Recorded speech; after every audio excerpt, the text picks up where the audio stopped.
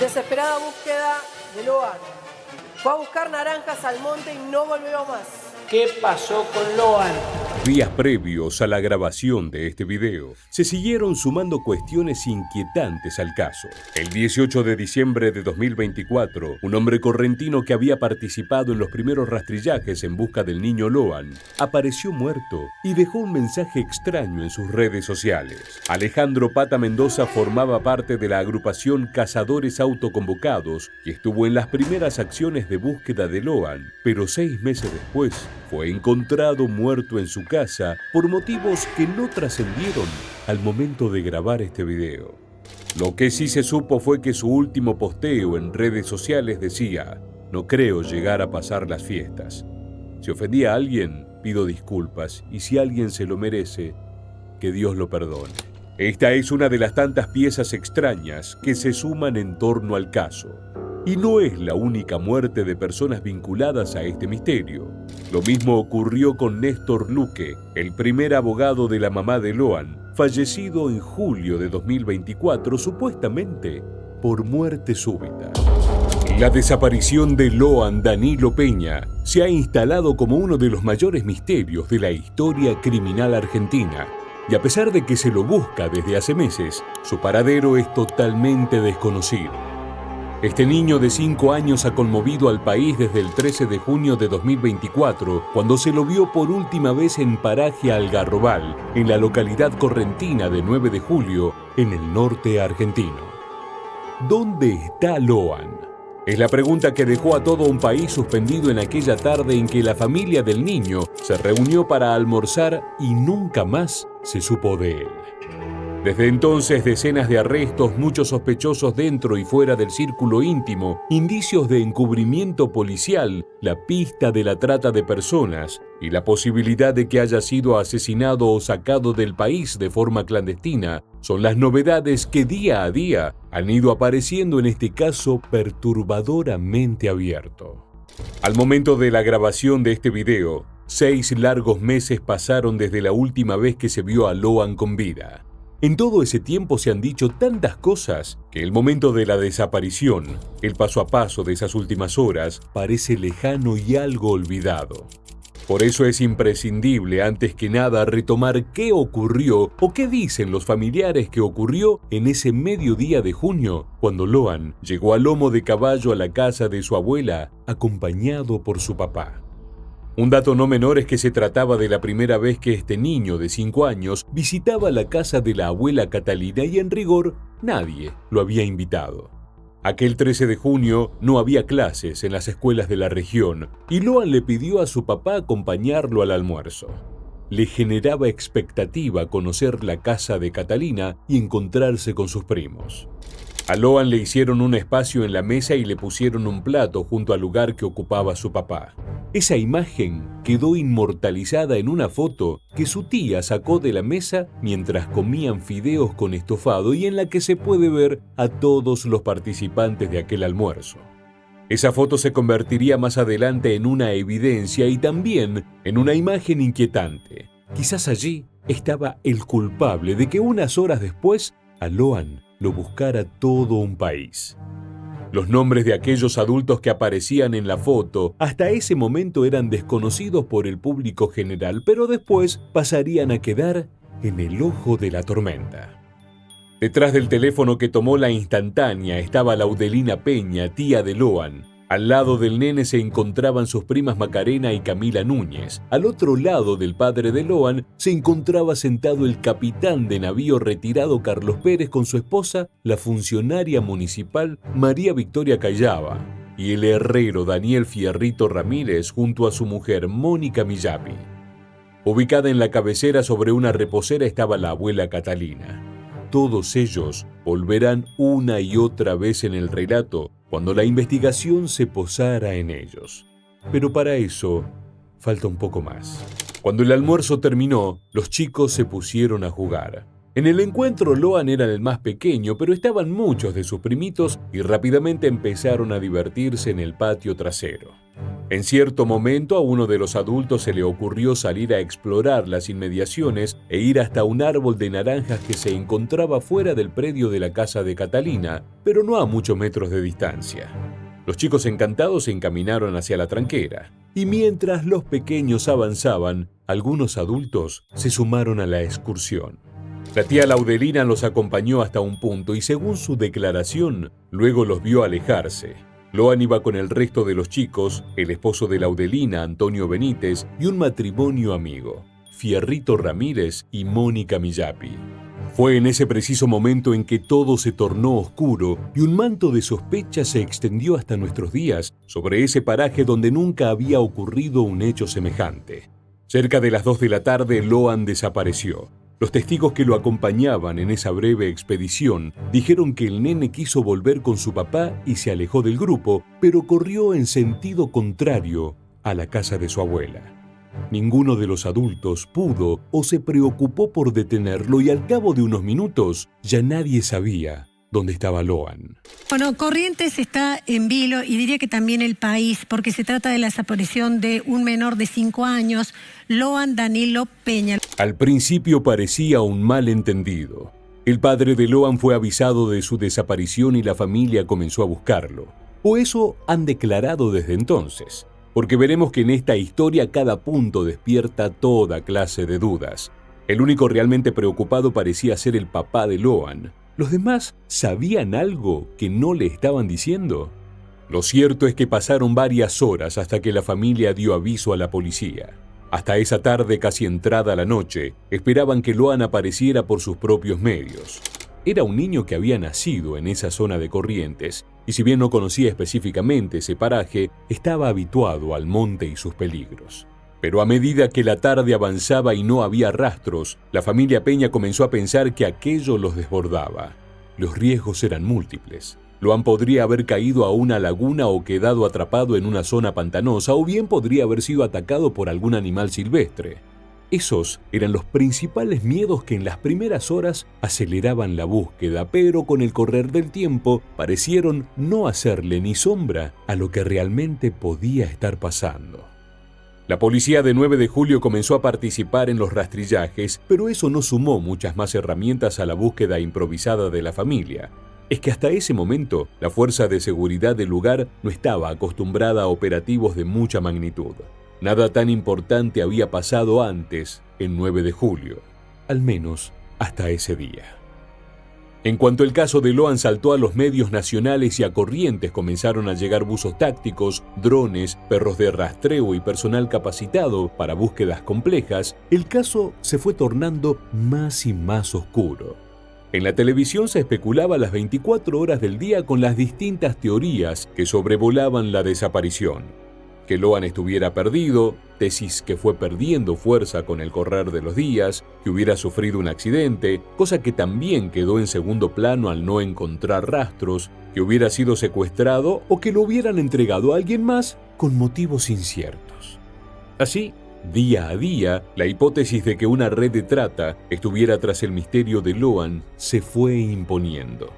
Los ojos además se posaron sobre varios de los adultos que habían estado presentes en el fatídico almuerzo. Y comenzaron las detenciones. Los primeros en ser detenidos fueron el tío de Loan, Bernardino Antonio Benítez, y el matrimonio compuesto por Daniel Fierrito Ramírez y Mónica del Carmen Millapi. Todos habían estado en el almuerzo y salieron con Loan en el momento en que desapareció. En un principio se los acusó de negligencia. En otras palabras, en los primeros días se consideró que lo habían perdido por no cuidarlo bien. Pero las cosas comenzaron a cambiar a partir del 21 de junio de 2024, cuando se ordenó la detención de María Victoria Cayaba, hasta entonces funcionaria municipal, y su esposo, el ex capitán de la Armada, Carlos Pérez. También habían estado en el almuerzo y se empezaba a creer que tenían algo que ver con el ya muy posible secuestro o entrega de Loan. Y como si fuera poco, ese mismo día también fue arrestado el comisario Walter Maciel, hasta ese momento encargado de la búsqueda. ¿Qué estaba pasando realmente en 9 de julio? La justicia comenzaba a creer que estas 3 personas estaban cuanto menos encubriendo la verdad. De Maciel se dijo que directamente había plantado pruebas para desviar la investigación desde su posición privilegiada de comisario. En esos primeros días de búsqueda habían aparecido las zapatillas de Loan en 2 lugares diferentes. Una hundida en el barro y otra encima de un refrigerador en una casa abandonada. Se confirmó hace minutos nada más que las zapatillas halladas allí en la zona donde desapareció Loan pertenecen a este menor de 5 años. Todo en un radio relativamente pequeño en torno a la casa de la abuela Catalina, lo que llevaba a pensar que algo había ocurrido en las inmediaciones. Pero la justicia creía que Maciel había instalado esas evidencias de manera artificial, que Loan no había estado en esos sitios realmente y que todo era una escena montada. Pero entonces, ¿dónde estaba? En el caso de Callaba y Pérez podría estar la clave. Ambos habían hecho varios viajes relámpago a Resistencia, la capital de Chaco, después de la desaparición. Habían podido explicar solo uno. Dijeron que irían a ver el precio de una casa rodante, pero luego se supo que habían ido y venido más veces, aunque no lo declararon en un principio. ¿Qué estaban ocultando? ¿Esos viajes tenían algo que ver con el niño al que todo un país buscaba? Mientras las semanas seguían pasando, las teorías y conjeturas poblaban los medios. La abuela de Loan, frente a las cámaras, llegó a aventurar que a su nieto se lo podría haber llevado el pomberito, una especie de duende habitual en las leyendas de los indígenas del norte de Argentina. No es grande el monte, pero como hay, hice los de antes, que son bomberitos, como se dice, en guaraní se dice angüe. ¿Angüe? Sí, ¿Animalitos? Los guaraní, pero tiene el buen decir, que te hace perder por ahí, ¿viste? Pero las sospechas también recaían, y aún recaen, sobre ella misma. Una tensa relación con la mamá de Loan y una amistad que intentó negar con Callaba y Pérez empezaron a generar inquietud. ¿La abuela desconocía lo que había pasado o por el contrario podía estar detrás de todo?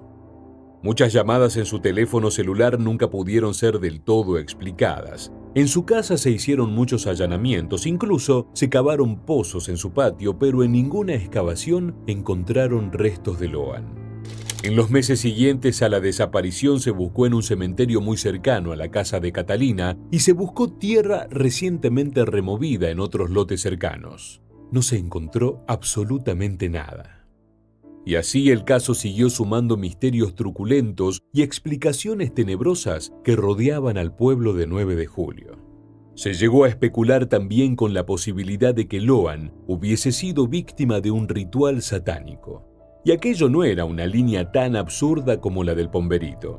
A la vera de la ruta principal que atraviesa 9 de julio, hay un gran santuario en homenaje a San La Muerte y en Corrientes existe el escalofriante antecedente del caso Ramoncito, un niño de 11 años asesinado en 2006 durante una llamada misa negra. Los credos paganos tienen mucha presencia en el norte argentino, aunque de ahí al sacrificio ritual de un niño hay un largo trecho. Aunque en la opinión pública se instaló con bastante fuerza la posibilidad de una secta, a nivel judicial nunca fue una línea de investigación fuerte. Los especialistas señalaban que de haber sido ese el caso, los restos del niño deberían haber aparecido rápidamente. En el caso Loan parecía existir un interés puntual porque desapareciera. Diferente ocurrió con la posibilidad de una red de trata de personas. A medida que el tiempo pasó y quedó completamente descartado que Loan estuviese perdido en el monte, la justicia comenzó a plantear como principal posibilidad que lo hubieran traficado. El primer dato en torno a esta posibilidad llegó gracias a los perros de rastreo que marcaron la presencia de Loan en el asiento trasero de la camioneta de Callaba y Pérez. Ellos no conocían al niño antes del almuerzo, por lo que no había motivos para que hubiera viajado allí en otra oportunidad. Entonces, si esa tarde había subido a la camioneta y por esos días el matrimonio había viajado a Chaco, crecía la chance de que hubieran trasladado al niño a otra provincia o bien a las fronteras de Argentina. Cuando se planteó esta hipótesis y los ojos de todo el país se posaron en Pérez y Callaba, el caso amenazó con dar un giro inesperado. Los internautas comenzaron a notar que la hija adoptiva de los dos detenidos era muy parecida a Sofía Herrera, una niña desaparecida desde el 28 de septiembre de 2008. Aunque ese hecho había ocurrido en la otra punta del país, en Tierra del Fuego, resultó estremecedor cuando circuló la información de que Pérez había sido enviado por la Armada a Ushuaia por esos años. Sofía Herrera desapareció cuando pasaba un fin de semana con su familia en un camping del sur y nunca más se supo de ella. ¿Era posible que Pérez la hubiera secuestrado y adoptado como hija? Por varios días las fotos comparativas entre la pequeña Sofía, la hija de Pérez, y el padre de la niña desaparecida parecían encajar en un rompecabezas demencial. El caso de Loan de golpe parecía ser la llave para resolver un misterio que lleva 16 años abierto. Pero así de rápido como apareció la posibilidad, también se esfumó. Tanto los investigadores del caso Loan como la mamá de Sofía Herrera explicaron que no se trataba de la niña. A pesar del notable parecido, las edades no coincidían. Otra vez, el foco regresó a Loan. Porque a pesar de que el caso había tomado nivel federal y se sumaban los detenidos, ninguno de ellos se quebraba ni decía saber nada. El 24 de junio de 2024, la Fiscalía de Corrientes imputó a los 5 detenidos por captación de personas con fines de explotación, agravado por ser la víctima menor de 18 años. De este modo se instaló como principal línea de investigación la trata. Pero, ¿con qué objetivo? Las posibilidades parecían ser dos: una adopción ilegal o para fines de explotación. Para muchos especialistas la primera posibilidad era bastante relativa porque Loan tiene 5 años y en general las adopciones irregulares se hacen con bebés o niños más pequeños que aún no saben hablar o elaborar lo que les está pasando. La otra opción, la de la explotación, siempre fue un fantasma que sobrevoló este caso. Las redes de pedofilia están instaladas en el país y cada cierto tiempo se desbarata una organización de este tipo, pero hasta el momento no hubo elementos suficientes para afirmar que algo así haya pasado. Pero lo más extraño de todo lo que rodea a este caso tuvo lugar el 29 de junio y otra vez puso en el centro de escena no ya a organizaciones de pornografía infantil o mafia de tráfico de bebés, sino a la familia Peña. Entre gallos y medianoche, Laudelina Peña, la tía de Loan, y una de las últimas en verlo cuando fue hacia el Naranjal, se presentó ante la justicia correntina y dijo que contaría toda la verdad. A partir de ese momento el caso prometió dar un giro inesperado. Laudelina aseguró que Loan había sido asesinado por accidente, atropellado por Pérez y Cayaba cuando estaba yendo a buscar naranjas. Afirmó que el matrimonio, después de arrollarlo, lo subió a la camioneta y que descubrieron que Laudelina lo había visto todo. Según la propia tía, el matrimonio la amenazó de muerte y le hizo prometer que no contaría nada. Finalmente, la mujer se animó a hacerlo. Aquello, por las horas febriles en que se supo la explosiva noticia de la declaración de la tía, parecía ser la respuesta a todos los interrogantes. Por unas horas se creyó que el caso estaba cerrado y que solo bastaba encontrar el cuerpo. Pero nada de eso pasó. De hecho, la historia que Laudelina había contado no tardó demasiado en caer. Comenzó a circular la sospecha de que todo lo que había dicho era mentira. Sus propias hijas la contradijeron diciendo que ellas estaban cerca de la tranquera y que era imposible que Laudelina hubiera visto toda aquella secuencia y ellas no. Se planteó algo siniestro, que a la tía de Loan le habían ofrecido una suma de dinero para instalar aquella versión y culpar a Pérez y Cayaba para cerrar el caso de una forma apresurada. La propia Laudelina terminaría confirmando esta versión. Le habían pagado 50.000 pesos por instalar la hipótesis del accidente, además de prometerle un auto y una casa. Pero todo eso lo terminó declarando ya tras las rejas, porque el 6 de julio de 2024 la tía de Loan fue llevada a prisión y no solamente por haber dado un aparente falso testimonio, sino directamente por estar sospechada de sustracción y ocultamiento de su propio sobrino. Ya en prisión, Laudelina apuntó a su ex abogado José Codazzi y al senador provincial Diego Pellegrini por haberla obligado a declarar que Loan había muerto por accidente. Pero hasta aquí llegamos con una pormenorizada cronología que abarca apenas los 2 primeros meses de este misterio. Este video, sin embargo, fue grabado en diciembre de 2024, a poco tiempo de haberse cumplido 6 meses de la desaparición. ¿Qué pasó en todo el tiempo restante? La noticia por decirlo de algún modo, se enfrió. Los medios, con el correr de los meses, dejaron de hablar tan seguido sobre Loan como lo hacían en las primeras semanas. Otras noticias empezaron a ocupar su lugar y de pronto, por días enteros, se dejó de mencionar el nombre del niño que había sido central en la agenda mediática. Cada tanto Loan volvió a escena en forma de esperanza. En agosto, una red de trata fue desmantelada en Porto Alegre, Brasil, y por un tiempo se barajó la posibilidad de que esa organización estuviera ligada a la desaparición de Loan y de otros 5 menores en Corrientes. Pero no hubo más pistas ni ninguna evidencia. Ese mismo mes se viralizó una foto tomada en un shopping de Barranquilla, Colombia, en la que podía verse a un niño muy parecido a Loan, pero a las pocas semanas la justicia afirmó que no era él. Por esas mismas semanas, otra pista apuntó a Chubut, en el sur argentino, donde un hombre dijo haber visto a un niño similar y que decía llamarse Loan. Así era su nombre, pero se trataba de otro niño de la misma edad. En Río Negro, al mismo tiempo, un hombre encontró en el baño público de una estación de servicio una nota que decía contener información sobre el paradero de Loan y dejaba por escrito unas coordenadas en una isla del río Paraná. Pero se confirmó que la información era falsa. En septiembre de 2024, una novedad inquietó otra vez la causa. 10 personas ligadas a la investigación, pero esta vez sin parentesco con Loan, fueron procesadas por entorpecer la causa. Se trataba de asesores de la Fundación Lucio Dupuy, el nombre de un niño asesinado por su madre y la pareja de esta en 2021, que habrían ejercido presiones sobre las primas de Loan.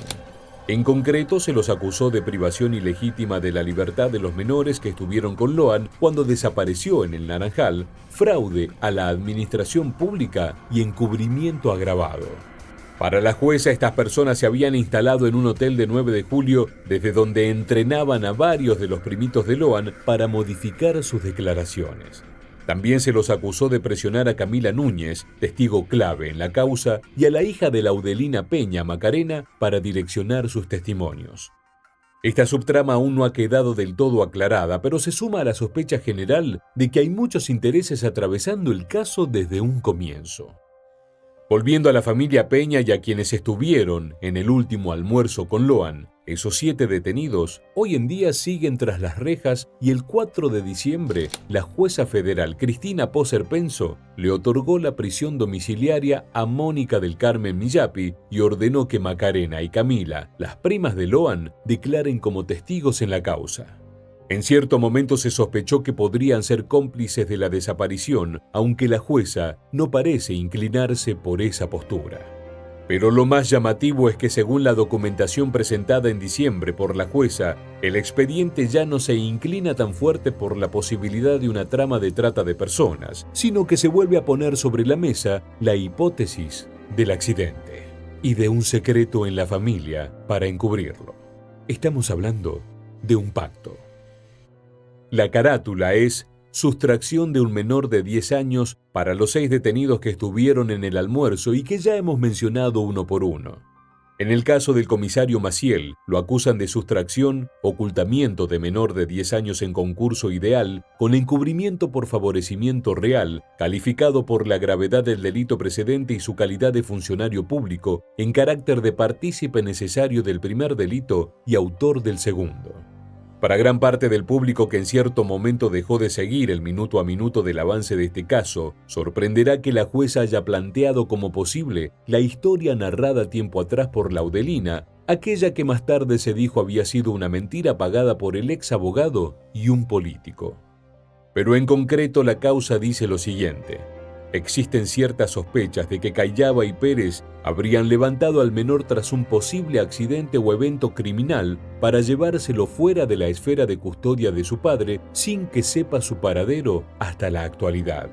Para la jueza, las incoherencias en el relato de los adultos que estuvieron esos últimos minutos con Loan refuerza la existencia de un pacto y una distribución de funciones entre al menos Laudelina Peña, Antonio Benítez, Daniel Ramírez y Mónica Millapi respecto de los pasos a seguir en esas horas claves posteriores a la consumación de la sustracción del niño. En la causa también figuran las sospechosas desapariciones por varias horas de Benítez y Ramírez en plena búsqueda de Loan y que podrían explicarse con que estaban buscando a qué sitio llevarlo para ocultar un posible accidente en el que había perdido la vida. En breves palabras, para la jueza, la búsqueda de Loan en esas primeras horas a cargo de buena parte de su familia y otros asistentes al almuerzo fue una tapadera, y que para ese momento a Loan se lo estaban llevando malherido bien lejos en la camioneta de Pérez y Cayaba.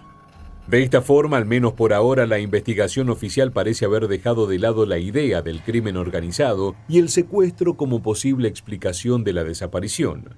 Sin embargo, en un caso de estas proporciones, es posible que ninguna explicación alcance para convencer a la opinión pública de que algún día se llegue a la verdad. Sobre todo, cuando a 6 meses de su desaparición, aún no apareció el cuerpo ni ningún rastro real y concreto de Loan Danilo Peña. Y si todo eso no pasó, se abre una pregunta. ¿Qué se hizo mal? Lo que haya ocurrido con Loan, queda claro que la investigación fue descuidada y se tardó demasiado tiempo en tomar acción directa para preservar la escena y evitar que quien haya sido él o los culpables ocultaran su rastro por tantos meses. Por ejemplo, durante muchos días se trabajó únicamente sobre la hipótesis de que el niño se hubiera perdido y esto demoró otras acciones que hubiesen sido cruciales, como por ejemplo cerrar inmediatamente las fronteras. Hubo una ventana de muchas horas y días suficiente para que Loan haya podido ser cruzado a otro país o bien sus restos escondidos en cualquier sitio recóndito del norte argentino. La posibilidad de un secuestro recién se planteó oficialmente 10 días después de la desaparición, cuando la Fiscalía imputó a los 5 primeros detenidos.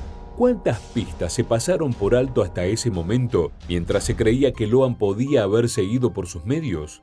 La acción cómplice de la policía de 9 de julio, además, no solo perjudicó el cuidado de la escena del crimen, sino que al torcer la investigación, pudo haber arruinado infinidad de pistas en esos primeros días.